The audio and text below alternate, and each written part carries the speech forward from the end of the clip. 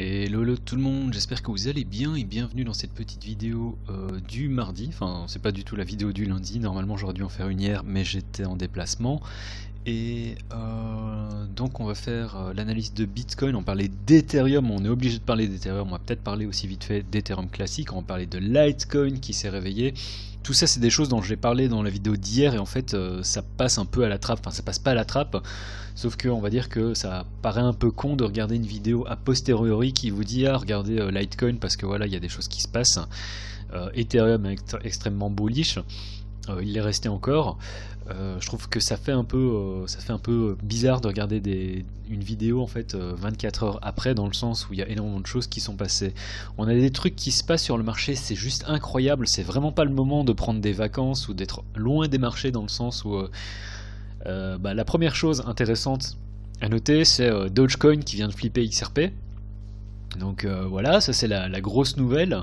On a Ethereum qui est maintenant à 2.5 est à 40% de la valuation en fait du Bitcoin. Et il y a une chose dont je voulais parler vite fait aussi dans cette vidéo, c'est que selon moi Ethereum est en passe, alors peut-être que c'était déjà le cas et je suis simplement un imbécile qui n'avait jamais remarqué, mais Ethereum pour moi en fait est en passe de devenir une deuxième réserve de valeur en termes crypto, dans le sens où on a toujours l'idée de ok Bitcoin c'est la réserve de valeur crypto et c'est ce qui fait sa force, mais pour moi Ethereum c'est en train de devenir en fait une deuxième réserve de valeur, en dehors du fait que voilà il y a énormément de choses qui tournent sur le protocole Ethereum. Et, malgré en fait le fait que les prix de gaz des frais soient extrêmement élevés. Alors je sais qu'il y a tout un narratif avec EIP 1559. Dans ma tête, ce truc-là, c'est davantage un buy the rumor et sell the news, dans le sens où je suis pas certain que le IP 1559 rendra véritablement Ethereum déflationniste. En théorie, c'est ce qu'ils veulent faire, mais je suis pas certain que ça donne quelque chose comme ça. Et il n'est pas impossible en fait que peu de temps après qu'il y ait l'implémentation du protocole, enfin de la proposition EIP 1559, en fait que les prix dump sur Ethereum. Et c'est simplement un avis personnel, là on est déjà très haut. En dehors de ça, qu'est-ce qu'il y a aussi d'intéressant? Ouais, on a Litecoin aussi, on va en parler vite fait. On parlait d'UTK et d'OMI, et je sais qu'il y avait un ensemble de tokens que vous m'avez demandé de regarder aussi. J'en parlerai dans la vidéo, j'essaierai de faire encore une vidéo demain. Et je répondrai davantage à vos questions, c'est-à-dire que je vais peut-être commencer à faire 3 vidéos par semaine, ou dans la 3e vidéo de la semaine en fait je réponds un peu aux réponses que j'ai eues aux questions que j'ai eues dans les commentaires. Donc on verra bien. Une chose dont je vais parler encore, c'est que la plateforme, les vidéos sont toujours sponsorées par PrimeXBT, et n'hésitez pas à checker, n'hésitez pas en fait à cliquer dans le lien Telegram qu'il y a dans la description et de rejoindre le groupe PrimeXBT Telegram, et également de suivre PrimeXBT Covesting sur Twitter si je vous ai un compte. Si vous participez un peu en fait dans le groupe, il n'est pas impossible que vous receviez un compte approvisionné de $100 plus 100 jetons COV. C'est pas négligeable, donc n'hésitez pas à checker le lien, d'autant plus que le COV a fait un petit pump dernièrement, donc en ce moment ça doit valoir un truc aux alentours des $180. On peut regarder vite fait ce que vaut COV. Voilà, et on va ensuite faire l'analyse du Bitcoin en daily sur la plateforme de Prime, et je dois encore vous faire une petite vidéo de présentation sur ce qu'est le Covesting Yield Account. Donc là voilà, ça fait donc en gros $177, ce qui n'est pas négligeable, donc n'hésitez pas à checker le lien qu'il y a dans la description et rejoindre le Telegram. Il y a également un lien vers la plateforme de Prime, qui est la plateforme sur laquelle je trade, et le code LCG vous donne droit à 50%. En daily Bitcoin, il n'y a pas eu grand chose qui a changé, hein. On était ici la semaine passée, on a eu un pump, j'ai réussi à prendre un petit long, je suis sorti. J'aurais pu faire plus de profit, mais soit. Et ici, j'ai pas tradé, ce qui m'a évité en fait un trade perdant, parce que je sais que selon la tête de l'intraday, j'aurais pris une position longue, et ça m'a évité justement de me faire sortir, ce qui est une bonne chose vu que j'étais un peu loin du marché. Mais bon, si sur Ethereum, si sur Bitcoin il n'y a pas grand chose qui se passe, là à mon avis on va davantage retourner vers la 52 000. Je pense qu'on a toutes les chances de revenir chercher encore les 52 000. il y a quand même énormément de choses qui se passent sur le marché, par exemple que ce soit Ethereum, que ce soit Litecoin, qui sont bien sûr mes 3 coins préférés, dans le sens où j'ai aucun mal à les holder pendant un certain temps. Il y a Doge qui est en train de surperformer. Il y a énormément, tellement de choses qui se passent sur le marché que je pense que vraiment qu'il faut que je commence à faire 3 vidéos par semaine. Bref, en daily, structure de marché qui a été cassée, hein, donc sommet, creux, sommet plus haut, creux plus haut, sommet plus haut, creux plus bas. Donc la structure de marché qui est cassée. Et ce qu'on peut se dire, c'est que potentiellement, on peut encore venir chercher dans la zone ici. Là, c'est la zone où vraiment je veux prendre un short. J'en parle déjà depuis un certain temps. C'est aussi la zone où je veux vendre une partie de mes BTC. Et en fait, plus que vendre mes BTC, je pense qu'il faut que je fasse une rotation de capital vers, de mes BTC vers d'autres cryptos. Et ça, je vais en parler juste après. Mais donc en daily, vraiment, c'est toujours ici que je veux prendre une position short si on y arrive. Et ce qui pourrait se passer, en fait, c'est qu'on continue ici, qu'on remonte ici ensuite au-dessus pour venir chercher ça et dumper. Ça, c'est quelque chose qui serait encore possible. Et ce serait quelque chose que je voudrais jouer. Donc voilà. Donc ça, c'est pour le daily. Un long ici, enfin un short ici, un long encore vers le bas du range. Le plan de trading n'a pas changé en fait en daily depuis tellement longtemps. En intraday, j'ai envie de voir comment est-ce que les prix vont évoluer. C'est pas impossible. Alors pour moi, enfin en vrai, tant qu'on tient cette zone,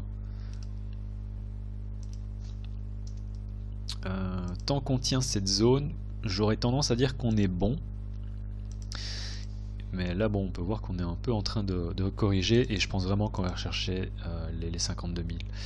Si maintenant on vient corriger ici et qu'on récupère ce niveau ici en bleu, enfin déjà qu'on récupère le niveau du range, je pense qu'on pourrait vraiment continuer à remonter avant de redumper. Et ça, c'est ce que je voudrais voir. Si maintenant on a une cassure, qu'on récupère l'intérieur, je prendrais peut-être un long, tout en faisant attention que voilà, on a potentiellement aussi ça qui peut se passer avec épaule, tête, épaule inversée.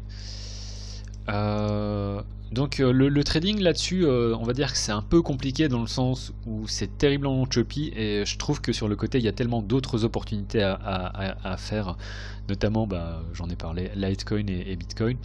Donc moi je resterai encore dans l'idée de vouloir shorter ça et encore de prendre un long si on revient à 45 000 tout simplement sur BTC. Mais si on a un fake out, là ce que je suis en train de me demander, on va regarder après ça sur TradingView, c'est si on n'a pas, enfin quoique c'est pas du tout pareil que ce qu'on a eu ici. On va regarder directement sur TradingView. Donc si vous regardez ce qu'on avait eu lundi, enfin non, déjà pendant le week-end, c'est quoi? On avait support, on casse le support, donc fake out et on pump. Là ce que j'étais en train de me dire, c'est que si on avait le même genre de choses qui se passent, c'est on a support, on casse le support, si on récupère on pourrait venir pumper pour aller chercher les 60 000. Sauf que là on peut voir qu'on a fait dump, retest et là on est en train de rechuter, donc je pense vraiment qu'on va rechercher 53, enfin donc les 53 000 mais voire potentiellement les 52 000 dans un premier temps et à voir quelle sera la réaction qu'on aura là. Si vraiment on n'a pas de réaction, c'est pas impossible qu'on revienne chercher à nouveau dans un premier temps. Ouais. Enfin, dans le premier temps, c'est vraiment les 52 000. Si on part en dessous, on pourrait directement peut-être déjà partir en sucette à partir de là. Bref, ceci étant dit, on va parler d'Ethereum contre USD et voir où éventuellement ça pourrait être intéressant de prendre des positions. La semaine passée, j'ai la rage parce que je suis parti un week-end voir la belle famille et j'ai vendu en fait Ethereum ici. Même en fait, même pas, j'ai même vendu Ethereum ici. Donc j'ai une perte sèche de 20% sur la valorisation. Bref, j'ai un peu la rage. Mais j'ai pas perdu d'argent, donc faut que je me console, mais simplement que c'est Ethereum et que du coup, je vous avais déjà expliqué au cours des vidéos précédentes que pour moi Ethereum, ça fait partie des cryptos que j'ai envie de commencer à accumuler, dans le sens où enfin, pour moi il y a un potentiel de hausse qui est encore assez conséquent sur Ethereum. Et wow, on vient d'avoir une petite correction là, non? Faut que je regarde aussi ce qui s'est passé. Ah, on est en train de faire une correction là. Je suis désolé. Là où je voudrais vraiment acheter, c'est si jamais on y revient, et pour ce faire, bah, ça voudrait quand même dire de là où on est une correction de 30%, c'est vraiment à 2005. Vraiment en daily, si vous êtes déjà en position, c'est compliqué à dire. Tout ce que vous avez à faire, c'est simplement faire du suivi de tendance. Comment est-ce que vous faites du suivi de tendance? C'est une fois qu'on trouve un support, vous tracez le support. Si on casse le support, bah, vous sortez de position. Et en fait, l'idée, c'est aussi de se dire, c'est que tant qu'on a une résistance, bah vous continuez en fait à tracer vos supports résistance, et une fois qu'on continue en fait on ne sait pas où est-ce que ça peut nous emmener. Honnêtement là tel qu'on est sur Ethereum, on est vraiment tellement en mode, alors je dis pas qu'on va pas corriger à partir d'ici hein, mais même déjà à 3000 en fait Ethereum, je pense que je reprendrai peut-être une position en hold par rapport à ce qui s'est passé. Et si on arrive à 2007, bah tant mieux. Mais vraiment ici 2005, 2006, je me pose pas de questions, j'achète de l'Ethereum. Et ça fait étrange à dire, hein, mais Ethereum, pour tous ceux qui étaient là en 2017, pour tous ceux qui ont connu Bitcoin en 2017, ça semble tellement... Là, Ethereum à 3500 $, ça ressemble tellement à Bitcoin à 10 000 $. Ça veut pas dire que Ethereum va aller à 7000, mais ce serait pas étonnant, d'autant plus que... on est all-time high, on a vraiment une force. Alors je pense que cette force elle est toute relative justement par rapport à ce qui s'est passé, et ça c'est mon chart Ethereum BTC, c'est que ça j'en parle déjà depuis longtemps, je parle depuis un certain temps de cette target des 0.56, on l'a dépassé et maintenant il faut voir comment est-ce qu'on va réagir ici. On pourrait totalement en fait avoir une petite correction à partir d'ici, revenir à l'intérieur et continuer à la hausse. Et là encore les niveaux c'est les mêmes, enfin les niveaux c'est pas les mêmes, mais si on arrive à 0.44 j'achète, si on arrive à 0.40 je veux acheter, et là je me pose pas de questions, c'est la... je fais pas un all-in, mais je transfère une grosse partie de mon capital de Bitcoin vers Ethereum justement en vue de surperformer le marché. Je sais que... Alors Alex, vu que tu m'avais demandé de faire vite fait de parler d'Ethereum, mais honnêtement il n'y a pas grand chose à dire hein, sur Ethereum, on est tellement bullish là-dessus, tout ce qu'on fait c'est monter, que la seule question qu'on a en droit de se demander c'est où est-ce qu'on peut prendre une position. Alors la position éventuellement ici on a une petite consolidation, mais je suis même pas sûr qu'on y aille, dans le sens où on est tellement fort, et ici on peut voir qu'on a directement fait mini consolidation d'un jour et grosse montée, donc vu la taille de la chandelle, il n'est pas impossible qu'on ait simplement quoi, qu'on ait ça qui se passe, on a paf, paf, paf, paf, paf, petite formation de figure et on monte. Je sais pas où est-ce qu'on peut aller, je dis pas qu'on va aller là, mais du coup, au moins acheter 2009 pour ne serait-ce qu'un bounce, et de là où on est, ça fait déjà moins 15%. Donc ça, je trouve ça intéressant. Ici aussi, mais vraiment là où je veux acheter, c'est 2005. Et en attendant, tout ce qu'on peut faire, c'est se dire que, ok, la structure de marché en dédié. Excusez-moi, j'espère que ça ne s'entendra pas. La structure de marché, elle est là. Et même si on vient faire un truc comme ça, en fait, on reste positif et Ethereum pourrait continuer à monter. Donc 2500 que j'achète et je me pose pas de questions, et l'idée en fait c'est vraiment d'aller vraiment beaucoup plus haut, parce que je sais pas où ça peut aller. Vu qu'on est justement all time high sur Ethereum contre USD, en fait le seul moyen la seule métrique que je peux m'autoriser en fait à analyser, c'est éventuellement Ethereum contre Bitcoin, et se dire que Ethereum contre Bitcoin pourrait continuer éventuellement à revenir, c'est-à-dire que ici on peut voir hein, le all time high il était à 0.15, donc vraiment très très haut, et il pourrait continuer à monter quoi. Donc on peut voir que en termes de target, une première target ce serait les 0.08. Ça ce serait quand même un endroit où il faudrait prendre des profits, c'est-à-dire que si vous voyez que Ethereum contre BTC arrive ici, vous pouvez vous dire que peut-être que Ethereum, en fonction de ce qui va se passer sur Ethereum contre USD, peut-être qu'ici en fait on aura un top sur Ethereum contre USD. Si Ethereum contre BTC vient chercher ici. Et en ce moment, vu qu'on est all-time high contre l'USD, en fait, Ethereum, la seule métrique qu'on peut se dire, ok, par rapport à un pump ou autre, c'est de se dire que peut-être, il faut regarder le chart Ethereum contre Bitcoin. Voilà, ça c'est tout. On va regarder Litecoin contre BTC. Ouais, ça c'est super.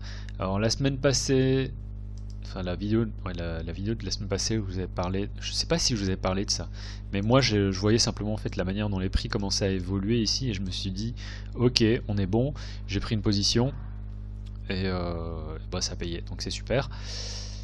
Je crois que la semaine passée je vous avais dit ouais je veux prendre vraiment si on revient ici je veux acheter, bon on aura probablement pas ça et c'est pas plus mal.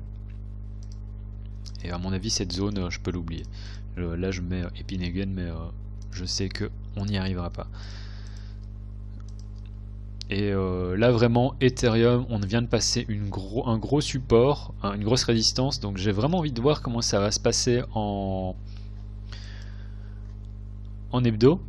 Mais si on arrive à repasser ici au-dessus, je pense qu'on est bon pour faire vraiment un gros pump sur Ethereum contre Litecoin. Et la première target ce serait éventuellement ici, ce qui voudra dire encore potentiellement une hausse de l'ordre de 30% sur Litecoin contre USD. Donc Litecoin contre USD aussi à mon avis on va venir éclater ce all-time high sans aucun souci quoi.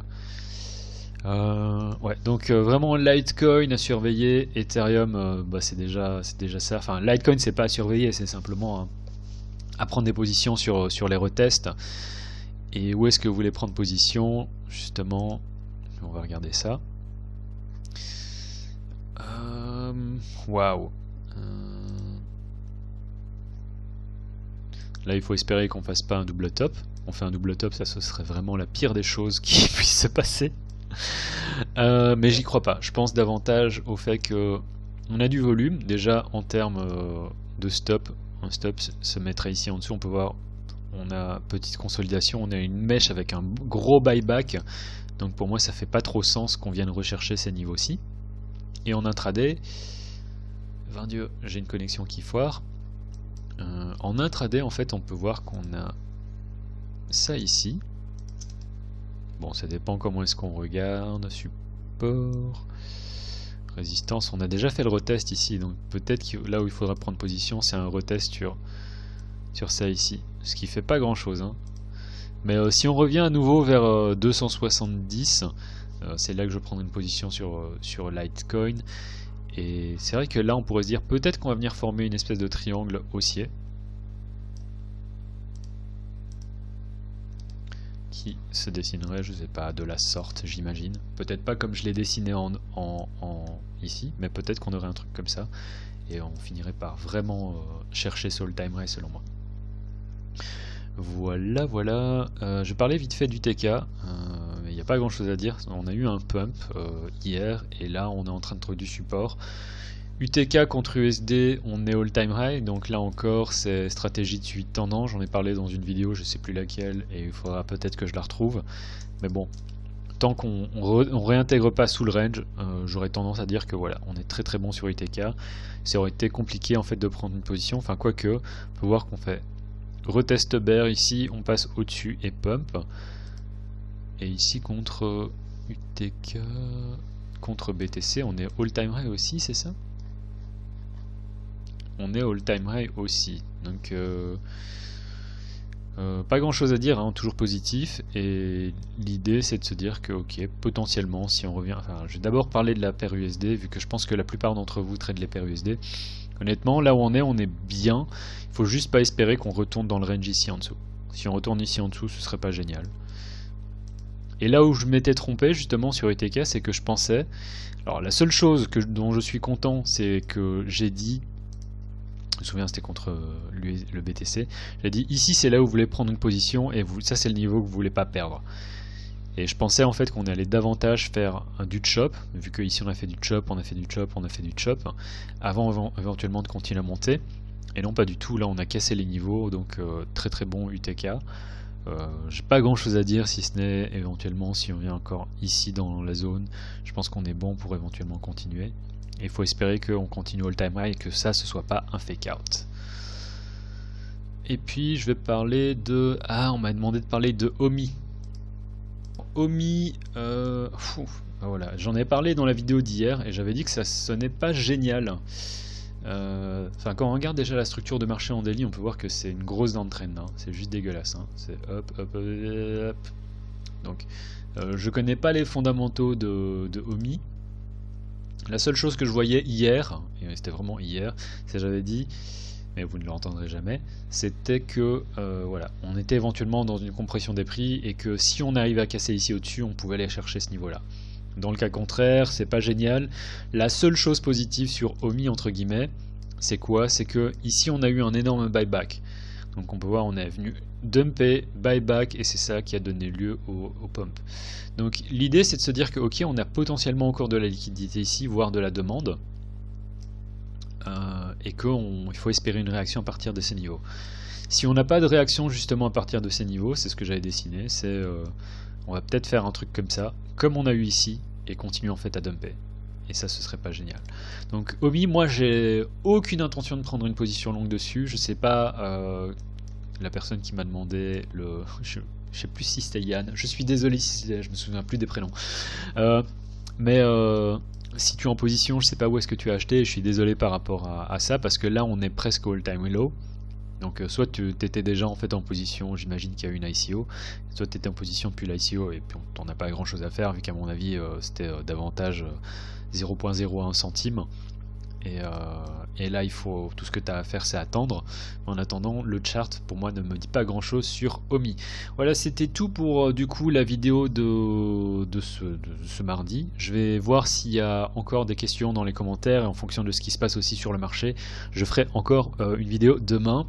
Et en plus de la vidéo donc de vendredi. C'était tout pour cette vidéo, en espérant que vous appréciez le contenu. N'hésitez pas à me mettre pouce en l'air, poser des questions dans les commentaires, c'était Graph. Bonne semaine à tous, tchuss.